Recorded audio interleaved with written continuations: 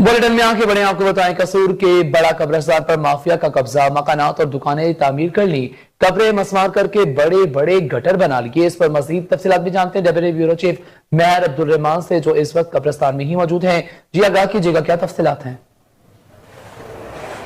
जी बिल्कुल, इस वक्त हम ख्वाजा दाइमुल हजूरी कसूरी के कब्रिस्तान में मौजूद है और इस कब्रिस्तान की अगर बात की जाए तो इसको बहुत कदीमी कब्रिस्तान भी कहा जाता है और इसके मुतल्लिक ये एक बात बड़ी मशहूर है, बल्कि बाज़ उलमा ने तो इसको मुस्तनद भी कहा है कि यहाँ से जब बाबा फरीद सरकार रहमतुल्लाह अलैह कसूर शहर से गुजरे और इस कब्रिस्तान से गुजरे तो उन्होंने बाज़ रवायात में ये लिखा है कि उन्होंने अपने जो जूते थे, वो खड़ावे जिनको कहते हैं, वो उतार कर अपनी बगल में ले लिए और पाँव नंगे यहाँ से गुजरे, क्योंकि इस कब्रिस्तान में उनके कहने के मुताबिक कि सहाबा रसूल भी हो सकते हैं और इसमें हाफ़िज़ कुरान और औलिया कराम की तो एक कसीर तादाद इस कब्रिस्तान में मौजूद है।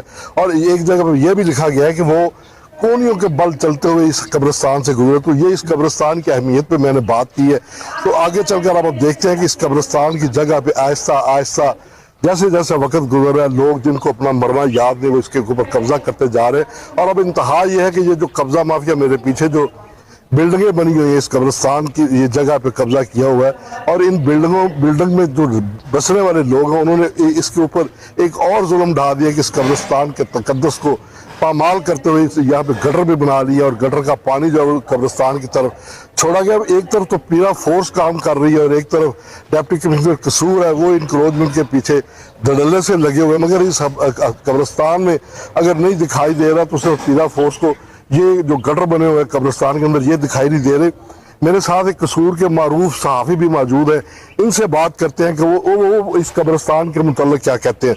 जी आपको क्या इल्म है इस कब्रिस्तान के मुतल्लिक? जी मुझे तो ये पता है कि ये कदीम तरीन कब्रिस्तान है और जैसा कि आपने फरमाया थोड़ी देर पहले कि हज़रत बाबा फरीद गंज शक्र यहाँ से गुजरे तो वो कोनियों के बल गुजरे थे और यहाँ पर बहुत बड़े बड़े उलमा कराम, बड़े हिफाज़े कराम और बहुत बड़ी हस्तियाँ यहाँ पर मौजूद है, आले रसूल यहाँ पर मौजूद है। लेकिन मेरी बैक साइड पे जैसे आपको नज़र आ रहा है गटर का पानी कब्रों में बहता जा रहा है, क्या ये बेहुरमती नहीं है? यहाँ पर पीरा फोर्स साहब किधर है? पीरा फोर्स का काम है लोगों के, गरीबों के थड़े गिराना, लोगों की रेडियां गिराना। और ये पीरा फोर्स का ये काम है कि लोगों के, गरीब लोगों के थड़े तोड़ने, रेडिये तोड़नी, मगर उनको कब्रिस्तान का तकद्दुस ज़िले इंतजामिया को नज़र नहीं आ रहा।